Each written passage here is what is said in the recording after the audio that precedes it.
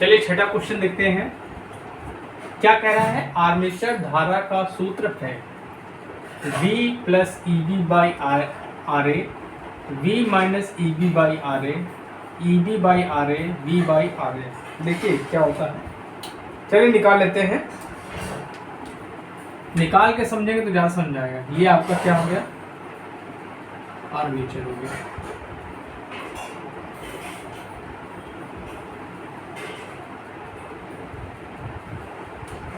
ये प्लस हो गया, ये माइनस हो गया।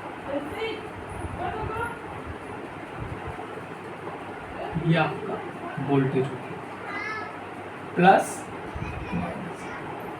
ये आपका क्या हो गया? Terminal voltage. क्लियर है? यहाँ पे आपकी आर्मेचर करंट आएगी। ठीक, ये आपका बैक ईएमएफ हो गया, इसका रेजिस्टेंस हो गया आपका। ठीक, तो करंट आपकी आ रही है तो इसका हम डायरेक्शन मान लेते हैं ये। ठीक, अब इसमें हम क्या करेंगे बच्चों? केवीएल लगा देंगे। तो करंट आपकी आ रही है तो वोल्टेज ड्रॉप क्या हो जाएगा? हमेशा प्लस में लेते हैं तो क्या हो जाएगा?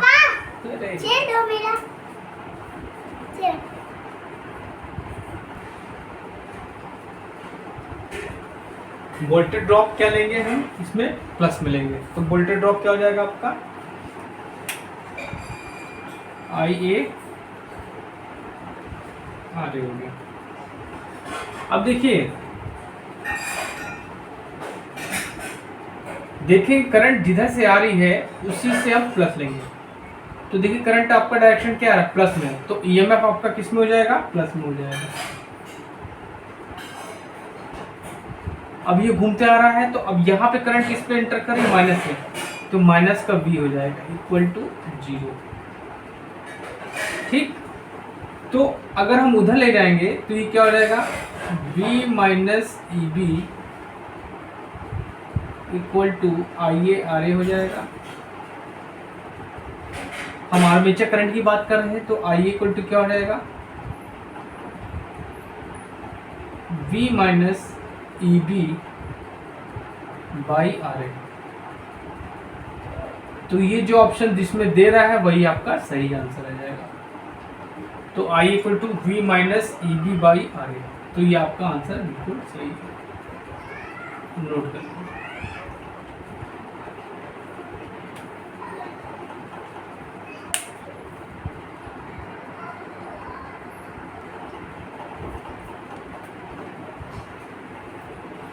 देखिए अगला क्वेश्चन क्या कह रहा है? डीसी मोटर में बलागुण किसके समानुपाती होता है? सप्लाई वोल्टेज लोड के, अप्लाइड वोल्टेज आर्मेचर धारा के, फील्ड फ्लक्स आर्मेचर करंट के, सप्लाई वोल्टेज और फ्लक्स के। देखिए जो टार्क होता है, टार्क ये डायरेक्टली प्रोपोर्शनल होता है आपके फाई के। फाई मतलब आपका फ्लक्स हो गया। और जो टार्क होता है ये क्या होता है आपका? आर्मेचर करंट का।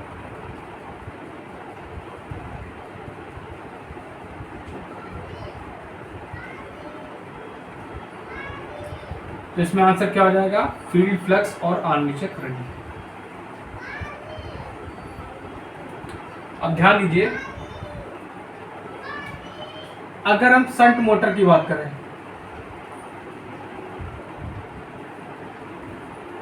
शंट मोटर में क्या होता है? वैसे फॉर्मूला क्या होता है? फाई IA होता है, ठीक है।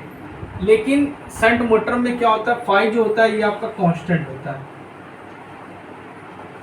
इसको K मान लेते हैं। तो क्या हो जाएगा? शंट में क्या हो जाएगा? Torque is directly proportional to armature current. ठीक, अगर हम बात करें सीरीज मोटर की, ये भी आपको पता होना चाहिए इसलिए मैं बता दे रहा हूँ। Torque is directly proportional to phi IA होता है, फॉर्मूला ही है आपका। और सीरीज मोटर में क्या होता है? फाई होता है डायरेक्टली प्रोपोर्शनल आर्मेचर करंट होता है। तो यहाँ पे जो टार्क हो जाएगा वो क्या हो जाएगा? Directly proportional to armature current square.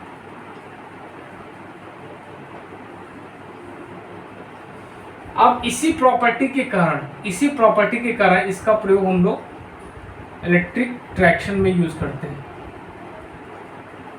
Electric traction series motor का प्रयोग करते हैं। नोट करेंगे।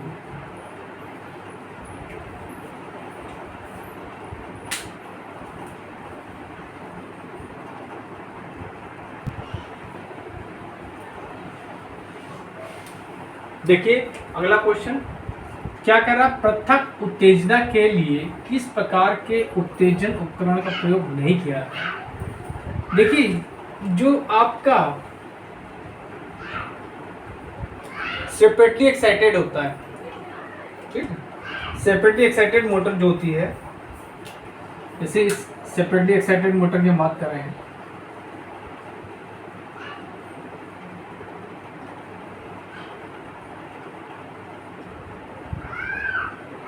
इसकी फील्ड होगी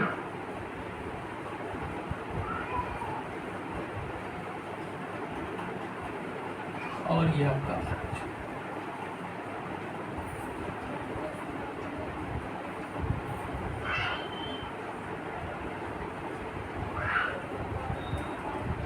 प्लस माइनस, ठीक। ये आपका सेपरेटली एक्साइटेड डीसी मोटर है।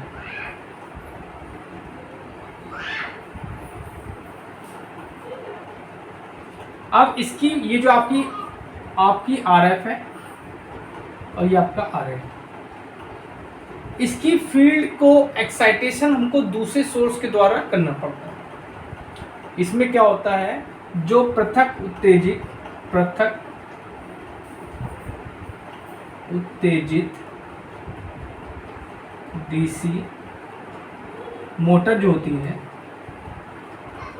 ठीक है, ये सेल्फ एक्साइटेड नहीं होती है, मतलब इसकी फील्ड को हमको दूसरे सोर्स के द्वारा एक्साइटेशन करना पड़ता है।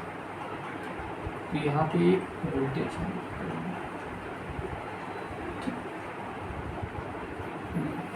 ठीक। तो इसकी फील्ड का एक्साइटेशन हम दूसरे सोर्स के द्वारा करते हैं। तो कह रहा है कि इस फील्ड का एक्साइटेशन करने के लिए किस सोर्स का प्रयोग नहीं किया जाता है, ये ऑप्शन दे दिए। देखिए डीसी जनरेटर का भी प्रयोग करते हैं हम लोग, रेक्टिफाइड डीसी का भी प्रयोग कर सकते हैं और बैटरी का भी प्रयोग कर सकते हैं, लेकिन सोलर के द्वारा इसका प्रयोग नहीं होता है। तो इसमें आंसर क्या हो जाएगा आपका सोलर, ठीक है, नोट कर लीजिए।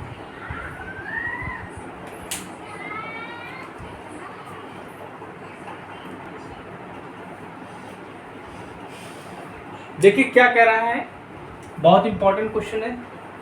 देखिए बच्चों, जो बच्चे बिहार TG2 की भी तैयारी कर रहे हैं उनके लिए भी ये वीडियो जो मैं बना रहा हूँ आजकल इम्पोर्टेंट है, और जो CBT एग्जाम की तैयारी कर रहे हैं उनके लिए भी इम्पोर्टेंट है। तो ये वीडियो आप दोनों प्रकार के बच्चे जरूर देखें, ठीक है। देखिए क्या कह रहा है, 0.5 ओम आर्मेचर प्रतिरोध। तो आर्मेचर प्रतिरोध आपका RA जो है वैल्यू बेटा क्या दे दी है, 0.5 दे दी है ओम, और 180 वोल्ट पश्चिमगामी वोल्टेज, मतलब आपको EB जो है आपका 180 वोल्ट दे दिया है, के 200 वोल्ट डीसी सीरीज मोटर द्वारा कर्षित धारा, मतलब आपका वोल्टेज कितना दे दिया है, 200 वोल्ट। अब कर्षित धारा मतलब आर्मेचर करंट की बात कर रहा है। आर्मेचर करंट क्या होगा ये आपको निकालना है। तो हम लोग जानते हैं फॉर्मूला क्या होता है, सीधा फॉर्मूला लगा दो। अगर आपको फॉर्मूला याद है तो, अगर नहीं याद है तो ड्राइव करके निकालिएगा। V minus EB by RA, ये फॉर्मूला होता है। लगाइए, वोल्टेज कितना है आपका 200, EB कितना है 180, और ये दिया आपको 0.5। 200 में से 180 के कितना बचा आपका 200, सॉरी 20 बचा, और ये आपका 0.5, पॉइंट हटाया हमने, 0 बढ़ा दिया, तो 200/5, 5 चौक 20, तो कितने एम्पियर आएगी, आर्मेचर करंट की वैल्यू आ गई आपकी 40 एम्पियर।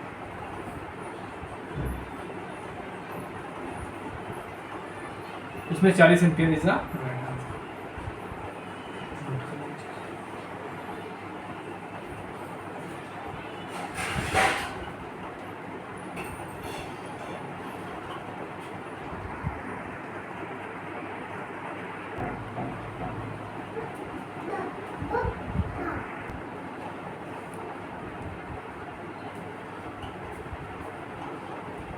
आप देखिए ये भी क्वेश्चन पूछा गया है, सीरीज मोटर में लोड करंट डैश डैश होता है। चलिए पहले सीरीज मोटर बना लेते हैं बच्चों, तब समझ में आएगा आपको। देखिए सीरीज जो मोटर होती है,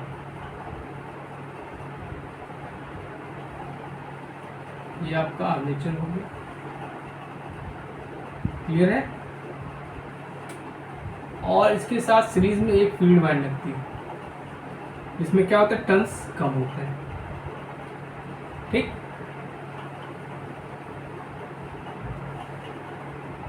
ये प्लस हो गया, ये माइनस हो गया। इसका नाम होता है, इसका रेजिस्टेंस हो गया RSC, ये प्लस, ये माइनस, ये आपका EB हो गया, बैक EMF, और ये आपका RA हो गया। अब देखिए ध्यान से देखिए, यहां से जो करंट चलती है उसको बोलते हैं लोड करंट, जिसको नाम दे दिया हमने IL, ठीक। अब यही करंट आपकी इसमें आएगी तो ये करंट बन जाती है ISC, ठीक। अब यही करंट आपकी किस में आएगी, आर्मेचर में आएगी। तो मतलब यही करंट जो होती है, यही करंट लोड करंट जो होती है आपकी सीरीज फील्ड करंट कहलाती है, और यही आपकी आर्मेचर करंट होती है। तो सीरीज मोटर में अगर हम बात करें तो क्या होगा, सीरीज मोटर में होगा IL बराबर ISE बराबर IA, ये आपका सीरीज मोटर में होता है, ठीक। तो इसमें आंसर क्या हो जाएगा आपका, पहला सही हो जाएगा, ठीक। अगर मान लीजिए सपोज दैट यही बात आपकी शंट मोटर में होता है। शंट मोटर कैसी होती है, छोटा सा बना देते। शंट मोटर में क्या है, ये आपकी शंट वाइंडिंग हो गई, और इसको हमने आर्मेचर के साथ कनेक्ट कर दिया पहला में, तो ये आपकी क्या हो गई, शंट मोटर हो गई, और ये आपका वोल्टेज हो गया, क्लियर है। अब यहाँ पे जो लोड करंट आएगी उसको दो पाथ मिल जाएंगे, यहाँ पे KCL लग जाएगा, तो एक करंट तो आपकी ये आ जाएगी, इसको बोलेंगे आर्मेचर करंट, और एक आपकी करंट ये चल जाएगी जिसको बोलेंगे ISH। तो सीरीज, ये तो आपका सीरीज मोटर में हो गया। अगर आपसे यहाँ पे क्या कर देता है, अगर बोल देता है आपसे शंट मोटर में क्या रिलेशन होता है, तो शंट मोटर में ये होता है IL equal to IA plus ISH, ये आपका शंट में होता है। मैंने दोनों का बता दिया, नोट कर लीजिए।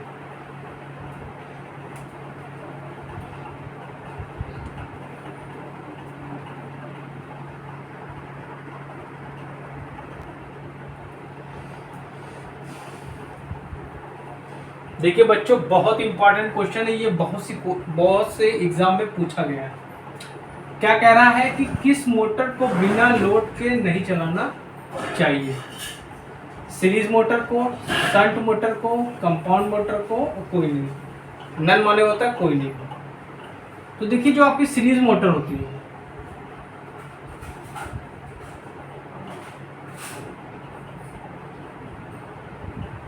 उसको बिना लोड के नहीं चलाना चाहिए, बिना लोड नहीं चलाना चाहिए।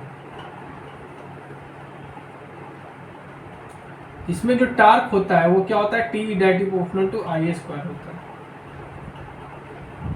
तो इसमें आंसर क्या हो जाएगा आपका, सीरीज मोटर। सीरीज मोटर का प्रयोग सर हम लोग लोकोमोटिव में करते हैं, इसी प्रॉपर्टी के कारण। इसका जो स्पीड रेगुलेशन होता है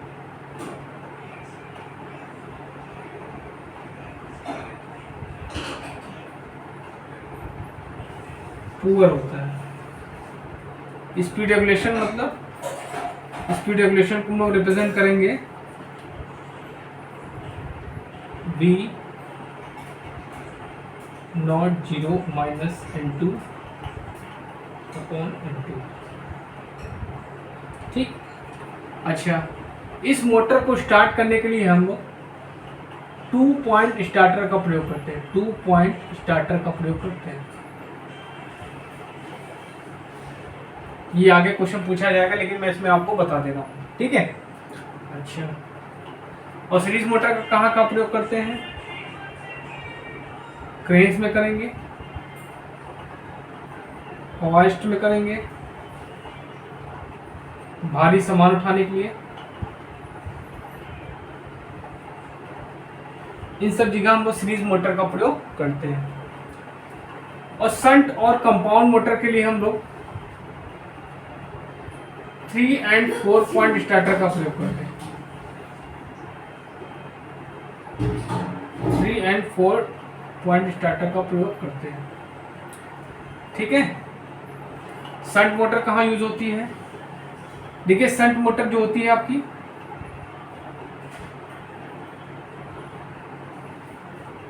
इसका स्पीड रेगुलेशन जो होता है, स्पीड रेगुलेशन बेस्ट होता है। स्पीड रेगुलेशन बेस्ट होगा। कहाँ का यूज करते हैं हम लोग? मशीन टूल्स में,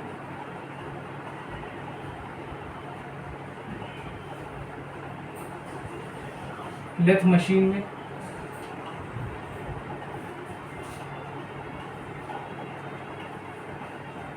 ठीक है। नोट कर लिए, बहुत इंपॉर्टेंट चीज लिख लीजिए।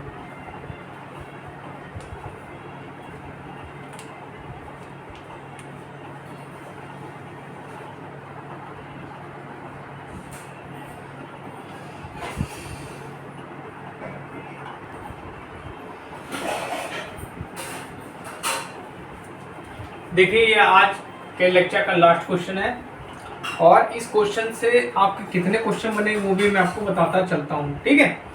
देखिए, कह रहा है कि किस मोटर का स्टार्टिंग टॉर्क हाई होता है? सीरीज मोटर का, शंट का, कंपाउंड का और इंडक्शन मोटर का। देखो, जो आपकी सीरीज मोटर होती है, इसका जो स्टार्टिंग टॉर्क क्या होता है? हाई होता है। क्या होता है? T is directly proportional to IA²। इसी प्रॉपर्टी के कारण इसका प्रयोग हम लोग इलेक्ट्रिक लोकोमोटिव में करते हैं। इलेक्ट्रिक लोकोमोटिव में करते हैं। इसी प्रॉपर्टी के कारण हम लोग इलेक्ट्रिक लोकोमोटिव में सीरीज मोटर का प्रयोग करते हैं। एक क्वेश्चन आपसे पूछ लेगा कि जैसे आपको एक दे दिया गया, ये ग्राफ दे दिया गया, ठीक, ये आपका टार्क हो गया और ये आपकी आर्मेचर करंट हो गया। ठीक है। अब पूछ लेगा, ऐसा फिगर बना देगा आपसे, ये P पॉइंट हो गया। अब पूछ लेगा कि सीरीज मोटर में टार्क और आर्मेचर करंट का ग्राफ कैसा होता है। ठीक है। ये पूछ लेगा आपसे कि जो आपका सीरीज मोटर है, ये क्वेश्चन पूछा भी गया है। ठीक, सीरीज मोटर में का जो T/आर्मेचर करंट का जो ग्राफ होता है वो कैसा होता है। ठीक, तो आपको ऑप्शन कई दे देंगे। ठीक है, लेकिन इसका जो ग्राफ होता है,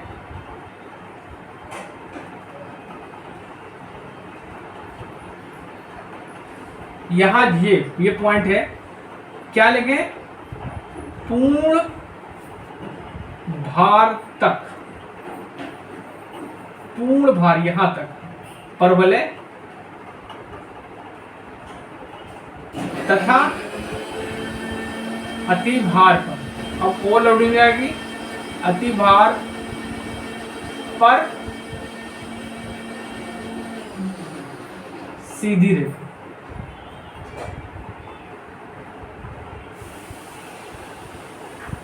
समझ रहे हैं ना? मतलब ये क्वेश्चन पूछेगा तो क्या हो जाएगा कि पूर्ण भार तक परवलय होता है, और यहां से भी क्या होता है, जब ओवर लोडिंग हो जाती है तो क्या होता है? सीधी रेखा हो जाता है। अगर आपसे कभी कभी पूछेगा संट का, तो संट का ये ऐसे होता है, संट का स्ट्रेट होता है, क्योंकि इसमें क्या होता है, T is directly proportional to armature current होता है। मतलब ये आपका टी हो गया, ये आपका आर्मेचर, ये आपका संट का हो गया, ठीक है। और कभी कभी पूछ लेगा कि किस मोटर का प्रयोग हम लोग लोकोमोटिव में करते हैं, तो सीरीज मोटर का प्रयोग करते हैं। क्यों करते हैं? क्योंकि इसका स्टार्टिंग टॉर्क ज्यादा होता है, ठीक है, नोट कर लीजिए।